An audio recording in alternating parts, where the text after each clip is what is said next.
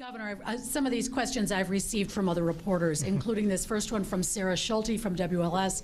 How accurate are those nursing home numbers?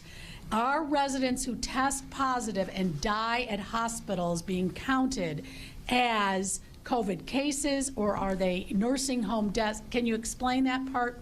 I'm going to ask Dr. Ezike. I think we covered that. So the numbers that we have on our board in terms of cases are laboratory confirmed cases. And as the governor explained, there are situations in which there's a laboratory confirmed case in the nursing home, and if the suite mate or roommate, if you will, develops similar symptoms, they wouldn't necessarily need a test because it would be deemed, you know, by normal outbreak definition that that person has COVID as well.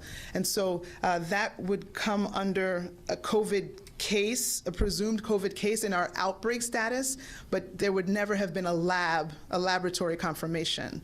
So does that answer your question? Okay, so the numbers that you've given on the nursing home and the number of deaths at nursing home, those, you believe all of those are accurate? Yes, it's as accurate as the information that's put into it, right? So we're not in the nursing homes collecting the data. We are receiving the data from outside inputs, and so that's what we're putting out. So the data is as good as the data that went in. This week, the state reported the death of a teenager in Cook County. Are you familiar with this case? If so, is this the state's first teenage death? And can you tell us if the teenager in question had underlying conditions? I don't have that information at my disposal at this time.